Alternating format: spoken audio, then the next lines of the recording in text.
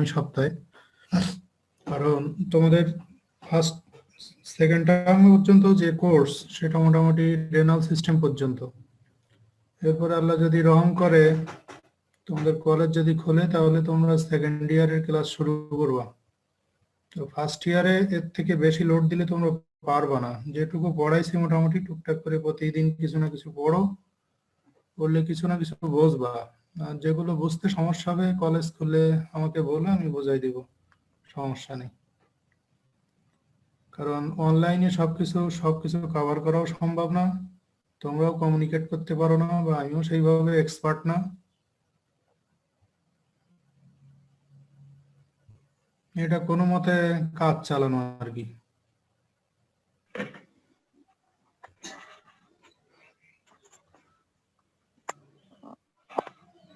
গতদিন আমরা বুঝাইছিলাম যে কনসেন্ট্রেটেড ইউরিন কিভাবে প্রোডাকশন হয়। আজকে আমরা সামারি করব একটু, যে ইউরিনের ঘনত্ব কিভাবে বৃদ্ধি পায়। তোমাদের এখানে মেকানিজমটা জানতে হবে যে এডিএইচই মূল ভূমিকা পালন করে। এডিএইচ যদি সিক্রেশন বেশি হয় তাহলে ইউরিন বেশি ঘনত্ব হয়, আর এডিএইচ সিক্রেশন যদি কম হয় তাহলে ইউরিন ডাইলুট হয়ে যায়। দেখো কি লেখছে এখানে,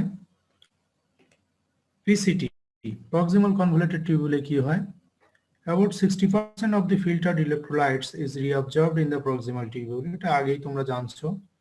The proximal tubular membranes are highly permeable to water, so that whenever solutes are reabsorbed, water also passes through the tubular membrane by osmosis. এটা সহজ জিনিস, যে প্রক্সিমাল টিউবুলে যখনই কোনো সলিউট রিঅবজর্ব হয়, হাইপার অসমোলারিটি হয় মেডুলারি ইন্টারস্টিশিয়ামে, তখন সেটাকে নিউট্রিলাইজ করার জন্য ওয়াটার অসমোসিস প্রক্রিয়া এখান থেকে বের হয়ে যায়, ইকুয়াল পরিমাণে ধরো বের হয়ে যায়, এই জন্য অসমোলারিটি সেম থাকে। এরপরে ফিল্টার্ড সাবস্টেন্স যখন নিচে নামলো, descending limb of loop of Henle, তখন কি হয় দেখো, দিস সেগমেন্ট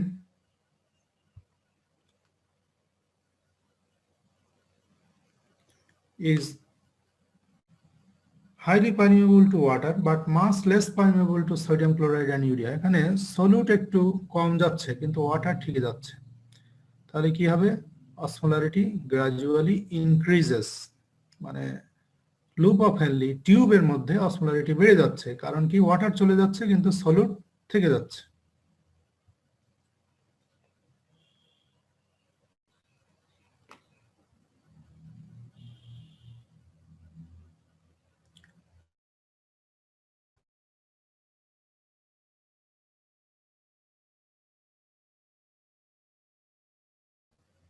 এরপরে ফিল্টার্ড সাবস্টেন্স আরো উপরে উঠলো, আরো উপরে উঠলে কি হচ্ছে দেখো, it is impermeable to water by passive diffusion. এখানে বলছে এই পোর্শনটা ওয়াটারের প্রতি ইমপারমিয়েবল, কিন্তু কিছু সোডিয়াম ক্লোরাইড প্যাসিভ ডিফিউশন প্রক্রিয়ায় চলে যায়। সো টিউবুলার ফ্লুইড বিকামস মোর ডাইলুট। এই পোর্শন থেকে টিউবুলার ফ্লুইড গুলো আবার ডাইলুট হওয়া শুরু করছে, এগুলো আগেও দেখাইছি তোমাদের। আর একটা জিনিস তোমাদের একটু পড়াই রাখি এখানে, সেটাকে বলা হচ্ছে ইউরিয়া রিসাইক্লিং। রিসাইকেল মানে কি, পুনরায় ব্যবহার করা। দেখো, some of the urea reabsorbed into the medullary interstitium.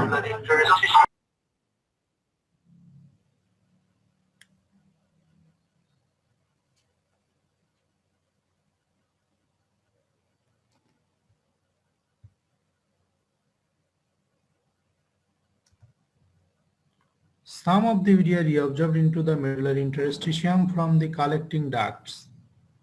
Collecting duct থেকে কিছু ইউরিয়া interstitium ঢুকে গেল, also diffuses into the ascending limb, thereby returning the urea to the tubular system and helping to prevent its washout from the renal medulla. This urea recycling is an additional mechanism that contributes to the hyperosmotic renal medulla. এটা তেমন কিছু না, এখানে বলা হচ্ছে যে collecting duct থেকে ইন্টারস্টিশিয়ামে কিছু ইউরিয়া ঢুকে যায়, আবার বলছে ব্লাড থেকে কিছু ইউরিয়া আবার অ্যাসেন্ডিং লিম্বেও চলে যায়। এই কারণে টিউবিউল থেকে ইন্টারস্টিশিয়ামে যে ইউরিয়াটা চলে গিয়েছিল, তাহলে টিউবিউলে ইউরিয়ার ঘনত্ব কিছুটা কমে যাবে, পরিমাণ কিছুটা কমে যাবে। সেই কমানো পরিমাণটাকে যাতে খুব বেশি কমে না যায়, সেই জন্য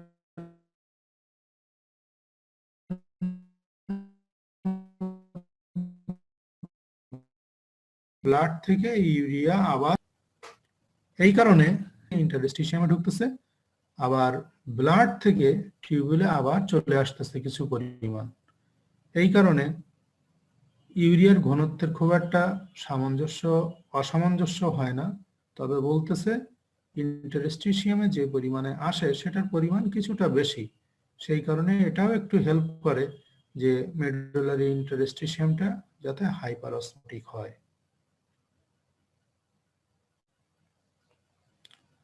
থিঙ্ক অ্যাসেন্ডিং লিউপ অফ হ্যানলিতে কি হয়?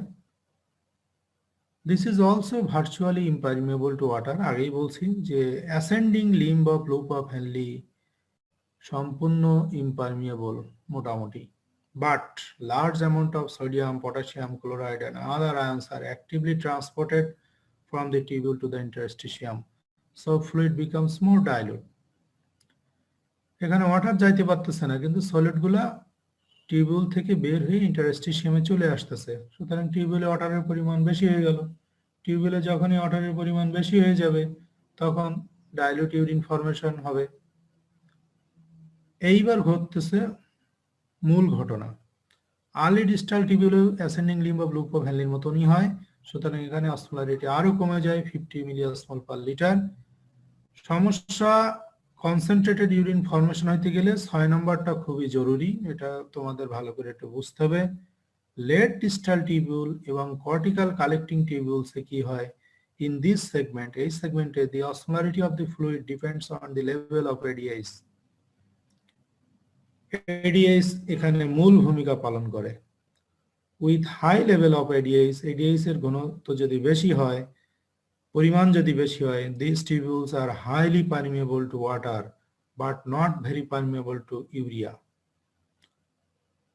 so osmolarity is gradually increased. এই osmolarity কিন্তু ইনক্রিজ করা, রাইজ করা শুরু করলো, কারণ ওয়াটার এখান থেকে সাই করে বেরিয়ে যাবে, ব্লাডে চলে যাবে, তাহলে টিউবিউলে ওয়াটারের পরিমাণ কমে যাবে, সলিডের পরিমাণ বেশি হয়ে যাবে। ইনার মেডুলারি কালেক্টিং ডাক্টে কি করে? Depends on ADH and surrounding medullary interstitium osmolarity. Water reabsorption occurs under the influence of ADH, so concentrated urine is formed.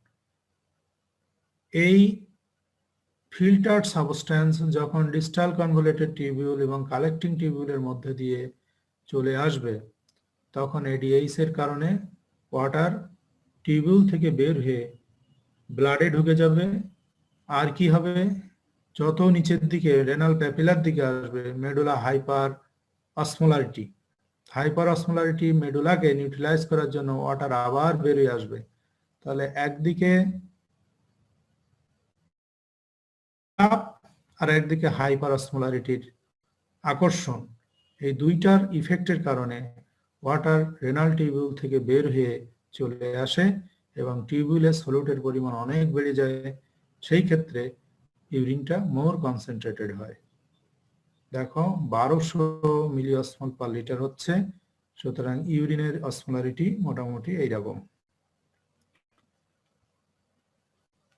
একটা জিনিস তোমাদের একটু জানার দরকার, সেটা হচ্ছে অব্লিগেটরি ইউরিন আউটপুট। এটা হচ্ছে মানুষের মিনিমাম কতটুকু ইউরিন আউটপুট না হলে শরীরে সমস্যা হবে, সেটাকে আমরা বলবো অব্লিগেটরি ইউরিন আউটপুট। দেখো কি কি ডেফিনেশনটা কি বলে, it is the minimum volume of urine, এটা সর্বনিম্ন urine, that must be excreted in a day, অর্থাৎ প্রতিদিন সর্বনিম্ন যে পরিমাণ ইউরিন ভলিউম পাস করলে মানুষ মোটামুটি সুস্থ থাকে সেইটাকে বলা হচ্ছে অব্লিগেটরি ইউরিন আউটপুট। এটা কতটুকু? 0.5 লিটার, হাফ লিটার ইউরিন কমপক্ষে পাস করতে হবে। Disorders of urinary concentrating ability, একটা মানুষের ইউরিন কনসেন্ট্রেটেড কি কি কারণে না হইতে পারে। যেমন দেখো, inappropriate secretion of ADH, ADH যদি কম সিক্রেশন হয় তাহলে ইউরিন কনসেন্ট্রেটেড ঠিক মতো হবে না, মোর ডাইলিউট ইউরিন ফর্ম হবে। এডিএইচ এর যদি সিক্রেশন কমে যায় তখন দেখবা মানুষ বেশি বেশি প্রস্রাব করে। এই ক্ষেত্রে আমরা একটা টার্ম ইউজ করি, ডায়াবেটিস ইনসিপিডাস। এই কথাটা মনে রাখবা যে এডিএইচ যদি মানুষের কম সিক্রেশন হয়, মানুষ বেশি বেশি প্রস্রাব করে, এই প্রস্রাব বেশি করার যে রোগের নাম সেটা হচ্ছে ডায়াবেটিস ইনসিপিডাস। তবে আমরা যে ডায়াবেটিস গুলো ভুগি সেগুলো হচ্ছে ডায়াবেটিস মেলাইটাস, আলাদা দুইটা। Impairment of the counter current mechanism, counter current mechanism তোমাদের আগের ক্লাসে বুঝাই দিছি। কাউন্টার কারেন্ট মেকানিজমে যদি কোনো সমস্যা হয় তাহলেও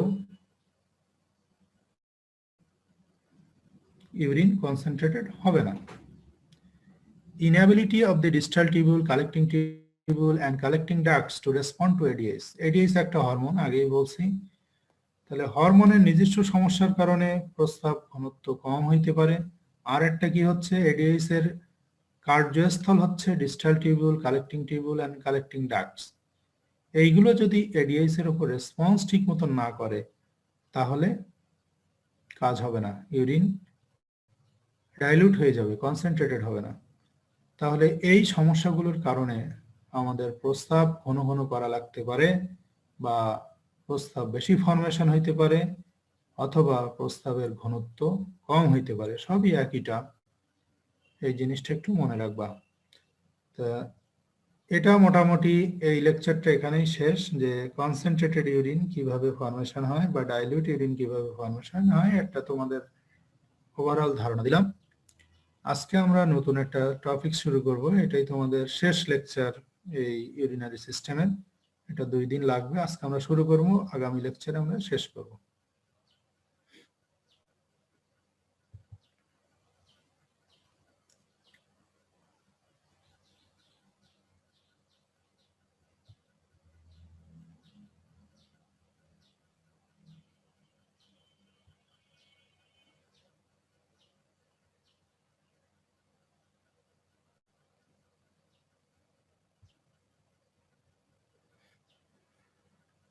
এখন আমরা একটা ইম্পর্টেন্ট জিনিস শুরু করতেছি, এটা পরীক্ষার জন্য ইম্পর্টেন্ট। তোমাদের প্র্যাকটিক্যাল লাইফেও এই জিনিসটা লাগবে, বিশেষ করে যারা ইউরোলজিস্ট হওয়া, যারা কিডনি নিয়ে পড়াশোনা করবা, তাদের এই জিনিসটা অবশ্যই দরকার হবে ভবিষ্যতে। এটা হচ্ছে মিকচুরেশন। মিকচুরেশনের বাংলা টার্ম হচ্ছে প্রস্রাব করা। এটা তোমরা আগেও জানতে কিনা জানি না। আর পায়খানা করারই হচ্ছে কি, আমরা জিআইটিতে পড়ছি ডেফিকেশন। তো প্রস্রাব পায়খানা মানুষের একটা ভাইটাল জিনিস, যার এই দুইটা জিনিসের সমস্যা হয় সেই বোঝে যে লাইফটা কেমন তার কাছে খারাপ লাগে। মিকচুরেশন কি জিনিস দেখো। Micturition is the process by which the urinary bladder empties when it becomes filled. Urinary bladder হচ্ছে মূত্রথলি। এখানে বলা হচ্ছে মূত্রথলি খালি করার যে পদ্ধতি তাকে আমরা মিকচুরেশন বলি। Micturition is the process by which urinary bladder empties when it becomes filled. Bladder যখন পূর্ণ হয়ে গেল তখন ব্লাডারটা যে প্রক্রিয়ার মাধ্যমে খালি হয় সেটাকে আমরা বলি মিকচুরেশন। এটার দুইটা স্টেপস আছে দেখো। The bladder fills progressively until the tension in its wall rises above the threshold level. এটা হচ্ছে কিডনিতে প্রস্রাব তৈরি হলো, কিডনিতে প্রস্রাব তৈরি হওয়ার পরে রেনাল পেলভিস হয়ে ইউরেটার হয়ে ব্লাডারে চলে আসবে।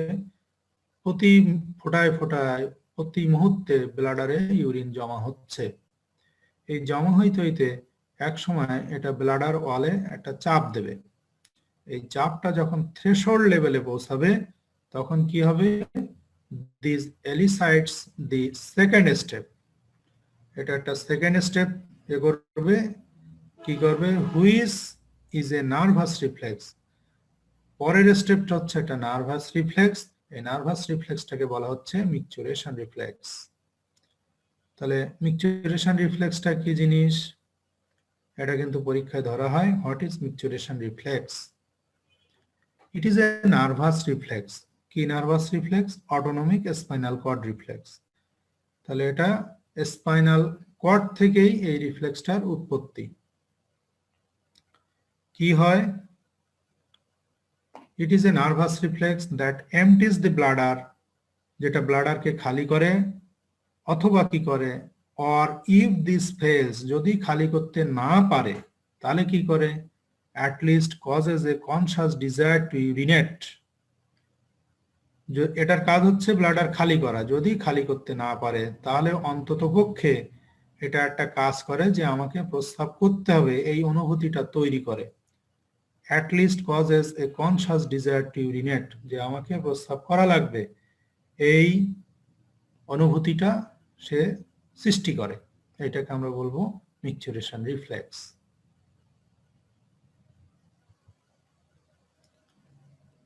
Although the micturition reflex is an autonomic spinal cord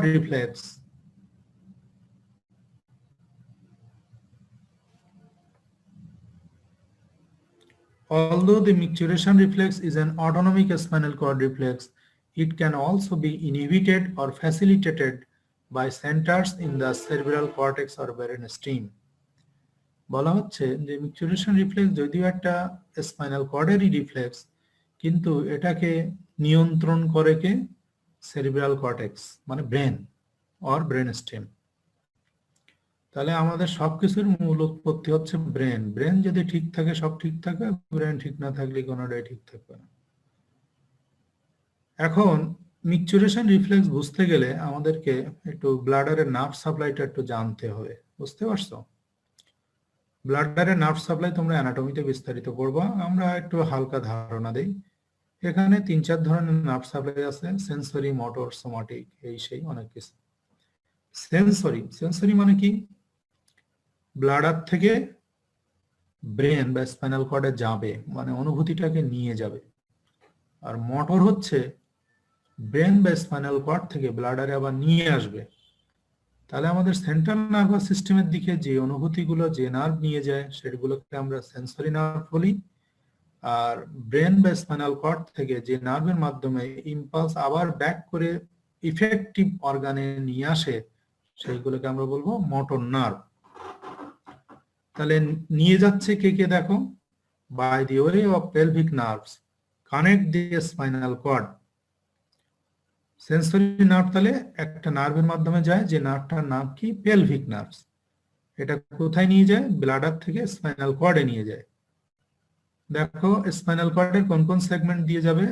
S2 আর S3 mainly. The sensory fibres, এটার কাজ কি? এটার কাজ বলতেছে the sensory fibre detect the degree of stress in the bladder wall. এটা কি করে? এটা করে কি, যে ব্লাডার ওয়াল কতটুকু স্ট্রেস হইল, মানে তার উপরে কতটুকু চাপ পড়েছে, সেটা এই অনুভূতিটা সে নিয়ে যায়, বহন করে নিয়ে যায়। Stress signals from the posterior urethra are especially strong and are mainly responsible for initiating the reflexes that causes bladder emptying. এই ব্লাডার বাদ দিয়েও যখন আমাদের ইউরেথ্রার উপরে প্রস্রাবটা বেশি চাপ দেয়, এই স্ট্রেস সিগন্যালগুলো বেশি স্ট্রং। অর্থাৎ যত চাপ বেশি দেবে, যেমন ধরো একটা ট্যাঙ্কে একটা ট্যাব আছে, ট্যাঙ্কে পানি কম থাকলে ট্যাবের উপরে চাপ কম পড়বে, কিন্তু ট্যাঙ্কটা যখন ভর্তি হয়ে যাবে তখন ট্যাপটার উপরে বেশি চাপ পড়বে, পানি বেশি পড়বে। এই জন্য বলা হচ্ছে ট্যাপটা হচ্ছে আমাদের ইউরেথ্রা মনে করো। ইউরেথ্রার উপরে যখনই বেশি প্রেসার পড়বে স্ট্রেস সিগন্যালগুলো বেশি বেশি রেসপন্স করবে, এবং এই রিফ্লেক্সগুলোই ব্লাডার এমপ্টিং এ বেশি হেল্প করে। একটা ছবি দেখাই তাহলে বুঝতে পারবা তোমরা। ছবিটা আমি স্পষ্ট নিতে পারি নাই, তাও মোটামুটি বোঝা যাচ্ছে। দেখো বাম পাশে যেটা আছে এটা হচ্ছে আমাদের স্পাইনাল কর্ড। স্পাইনাল কর্ডের কিছু সেগমেন্ট থাকে একদম সার্ভাইকাল থেকে লাম্বার স্যাক্রাল পর্যন্ত। তো এখানে আমরা লাম্বার এবং স্যাক্রাল এই দুইটা জিনিস পড়বো। দেখো প্রত্যেকটা সেগমেন্ট আছে L2, L1, L3, L4, 5, S1, S2, S3, S4। তা এই নার্ভগুলোকে দেখো আমরা তিনটা ভাগে ভাগ করছি মেইনলি, সিম্প্যাথেটিক, প্যারাসিম্প্যাথেটিক আর একটা হচ্ছে পুডেন্ডাল নার্ভ।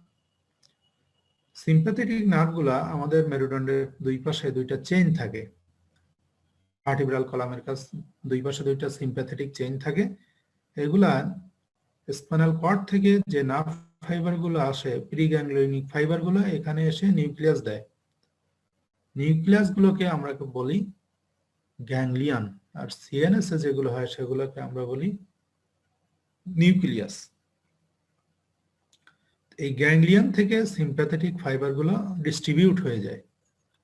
তাহলে দেখো সিম্প্যাথেটিক গুলো মেইনলি আসতেছে লাম্বার সেগমেন্ট থেকে, কিন্তু আমাদের প্রস্রাব মানে ইউরিনেশন করতে হেল্প করে মেইনলি প্যারাসিম্প্যাথেটিক। এগুলো দেখো কোথা থেকে আসতেছে, স্যাক্রাল 2, 3 থেকে। ইনারভেশনটা দেখো ইউরেটারে দিচ্ছে, ব্লাডারে বডিতে দিচ্ছে।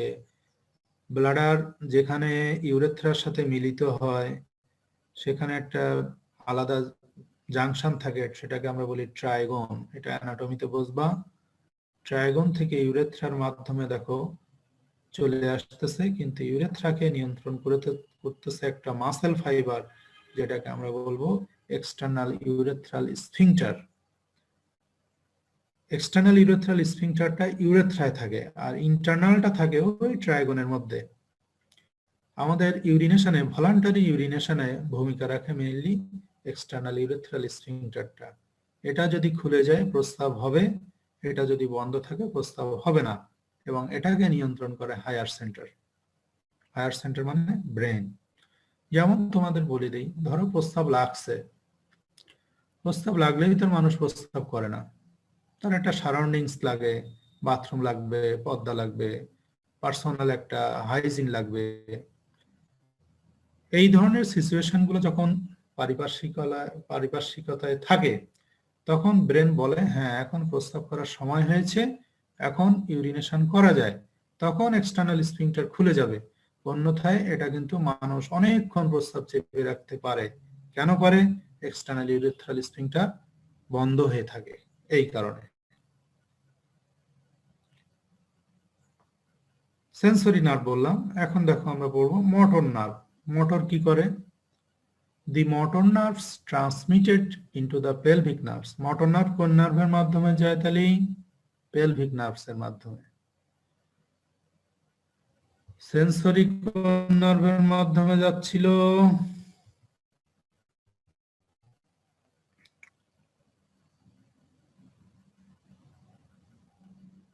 এটাও পেলভিক নার্ভের মাধ্যমে। আর কি মোটর নার্ভ গুলা কি বলছি? Mainly parasympathetic. This terminates on the ganglion cells located in the wall of the bladder. Short postganglionic nerves are innervate the detrusor muscle. Motor nerve তাহলে কাকে সাপ্লাই দেয়? মাসেলকে। ব্লাডার মাসেলের নাম কি?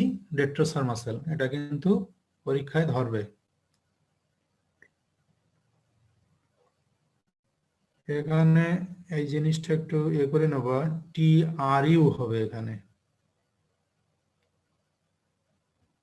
ডেট্রুসর, ডেটুসর না, ডেট্রুসর মাসেল। এটা আমার একটু প্রিন্টিং মিস্টেক হয়েছে। 3 নম্বর হচ্ছে সোমাটিক। সোমাটিক কথাটার অর্থ হচ্ছে আমাদের ইচ্ছার অধীন। Transmitted through the pudendal nerve two the external bladder sphincter. এটাই বললাম ভলান্টারি কন্ট্রোল, যে আমরা ইচ্ছা করলেই এক্সটার্নাল ব্লাডার স্ফিংটারকে কন্ট্রোল করতে পারি। তাহলে সোমাটিক নার্ভ কোন নার্ভের মাধ্যমে যাচ্ছে? Pudendal nerve. আর সেন্সরি মোটর কোন নার্ভের মাধ্যমে যাচ্ছে? পেলভিক নার্ভের মাধ্যমে। এরপরেরটা হচ্ছে sympathetic nerve, from sympathetic chain through the hypogastric nerve. Sympathetic chain থেকে শুরু হয়ে এটা হাইপোগ্যাস্ট্রিক নার্ভের মাধ্যমে ব্লাডারে যাবে, মেইনলি L2 সেগমেন্ট। এটা আগেই দেখাইছি তোমাদের ছবিতে। L2 সেগমেন্ট থেকে সিম্প্যাথেটিক নার্ভগুলো শুরু হয়ে হাইপোগ্যাস্ট্রিক নার্ভের মাধ্যমে এটা ব্লাডারে যাবে। এটার কাজ কি? It stimulates mainly the blood vessels and have little to do with bladder contraction. এটা মেইনলি ব্লাড ভেসেলগুলোকে নিয়ন্ত্রণ করে এবং ব্লাডার কন্ট্রাকশনে এটা খুব একটা ভূমিকা নাই। পরে কি বলছে দেখো, some sensory fibres also pass by the way of sympathetic nerve and may be important in the sensation of fullness and pain. এটা খুব একটা ইম্পর্টেন্ট জিনিস না, বলছে কিছু সেন্সরি ফাইবার সিম্প্যাথেটিক নার্ভের মাধ্যমে যায় এবং এটা কি করে, ব্লাডার ফুলনেস হয়েছে কতটুকু এবং বেশি ফুল হইলে তলপেটে ব্যথা করে, এই ব্যথার সেন্সটা সিম্প্যাথেটিক নার্ভের মাধ্যমে নিয়ে আসে।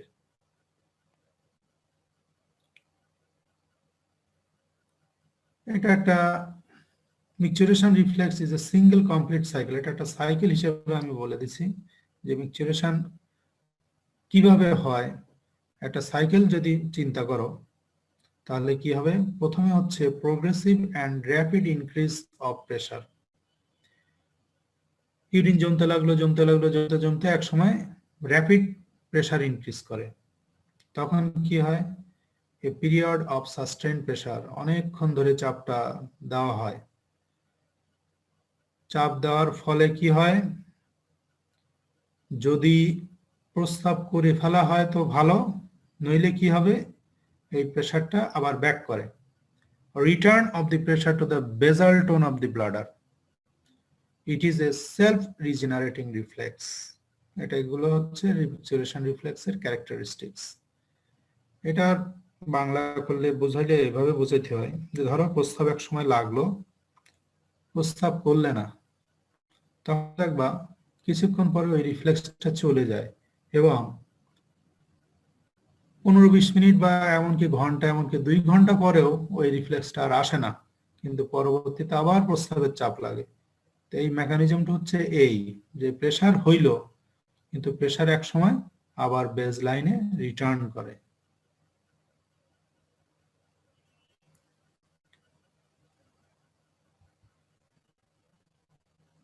মেকানিজমটা দেখো, মেকানিজমটা বুঝতে পারবা কিছু। Partial filling of the blood, এখন এটা কি করবে, মিকচুরেশন কন্ট্রাকশন শুরু করবে। কন্ট্রাকশন শুরু করার পরে কি হবে, usually relax spontaneously after a fraction of minute. প্রস্রাব যদি খুব কম পরিমাণে জমা হয়, এটা খুব একটা কন্ট্রাকশন করতে পারে না এবং এটা 2-1 মিনিটের মধ্যে আবার স্পন্টেনিয়াসলি রিল্যাক্স করে মাসেলগুলা।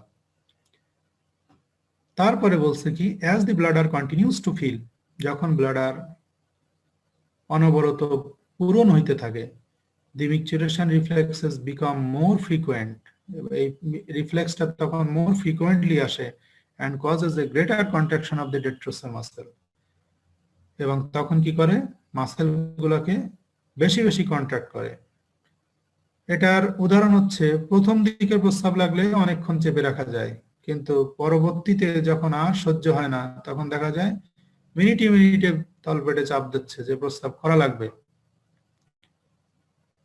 এটার ব্যাখ্যাটা দিচ্ছে এইভাবে দেখো, once a micturition reflex has occurred but has not succeeded in emptying the bladder, the nervous elements of these reflexes usually remain in an inhibited state for a few minutes to 1 hour or more before another micturition reflex occurs.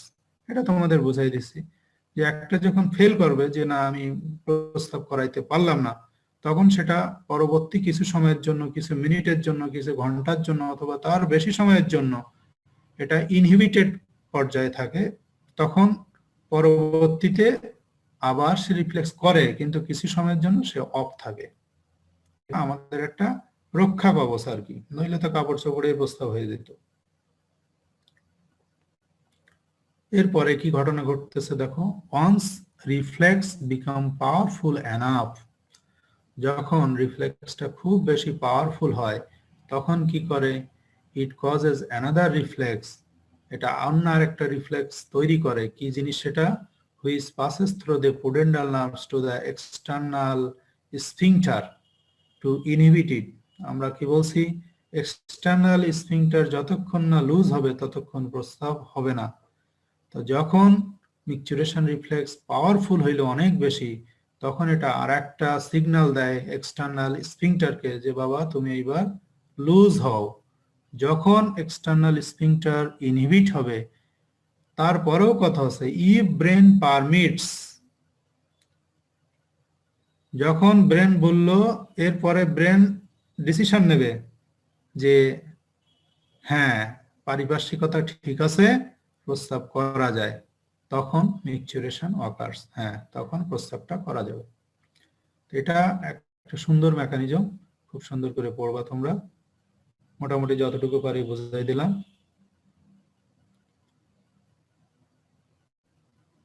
এরপরে দেখো কি বলছে, the micturition reflex is the basic cause of micturition, এটাকে বুঝাই দেওয়া হয়েছে আর কি। But the higher centers normally exerts final control of the micturition as flows. বলছে মিকচুরেশন রিফ্লেক্স একটা বেসিক কজ অফ মিকচুরেশন, ঠিক আছে, কিন্তু এটাকেও নিয়ন্ত্রণ করে কে? Higher centre, brain. কিভাবে করে?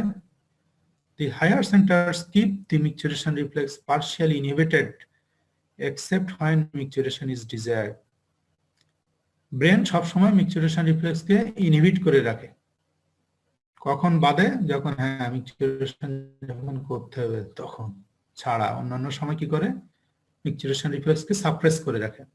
The higher centers can prevent micturition even if the micturition reflex occurs, but tonic contraction of the external sphincter until a convenient time present itself. বলা হচ্ছে মিকচুরেশন রিফ্লেক্স ঘটে গেল, তারপরেও এটাকে ইনহিবিট করার ক্ষমতা রাখে ব্রেন, কিভাবে? এক্সটার্নাল ইউরেথ্রাল স্ফিংটারকে বন্ধ রেখে। When it is the time to urinate, যখন প্রস্রাব আর ধরে রাখার ক্ষমতা হয় না, বা যখন আমরা ডিজায়ার করি যে হ্যাঁ প্রস্রাব করা হবে, তখন কি হবে? The cortical centers can facilitate the sacral micturition centers to help initiate a micturition reflex and at the same time inhibit the external urinary sphincter so that urination can occur.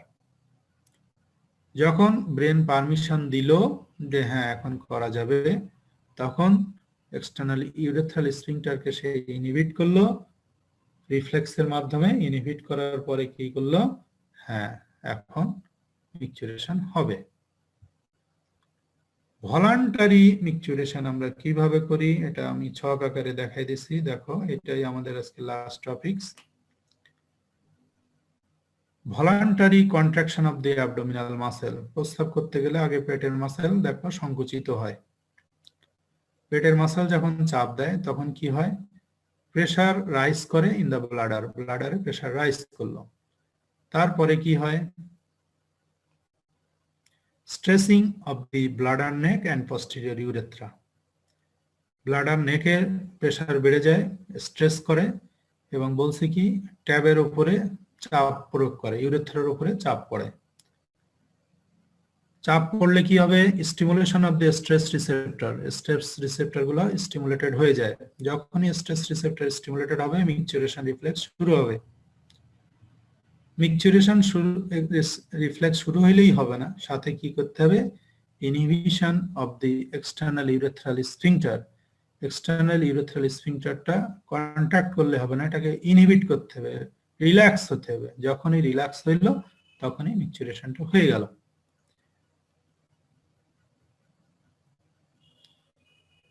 এখন বলা হচ্ছে ordinarily all the urine will be emptied, সাধারণত যখন আমরা প্রস্রাব করি bladder পুরোপুরি খালি হয়ে যায়, কিন্তু কতটুকু থাকতে পারে?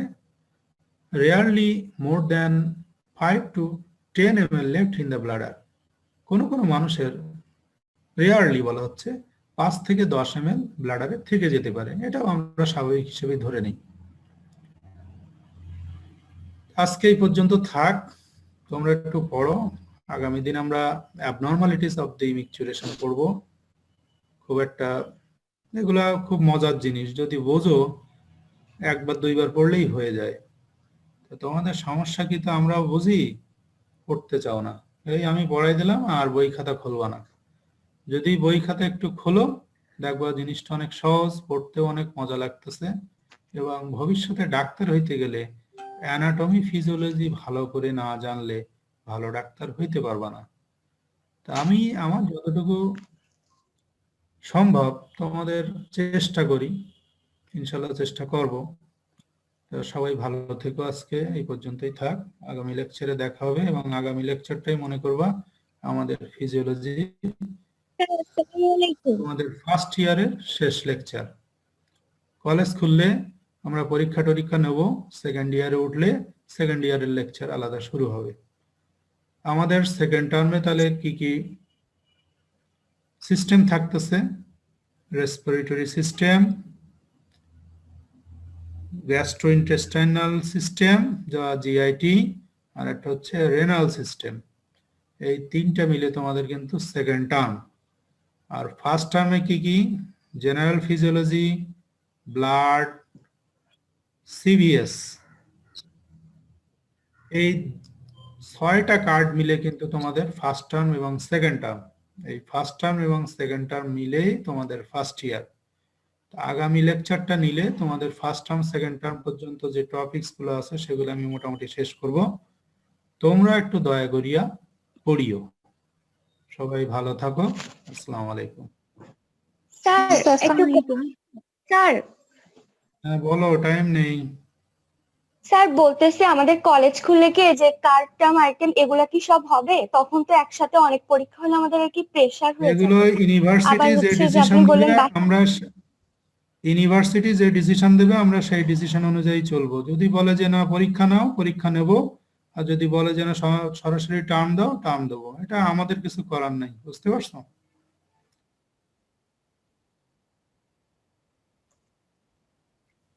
এগুলা আমি এটা পারবো না, আমি বলেই দিছি, আমি আর অথরিটিকেও বলে দিছি, ডিপার্টমেন্টে লোক নাই, এটা আমার পক্ষে সম্ভব না। তা আমি তোমাদের একটা ফ্যাসিলিটিস দিতে পারি যে মোটামুটি সবাইকে পাস করাই দেবো।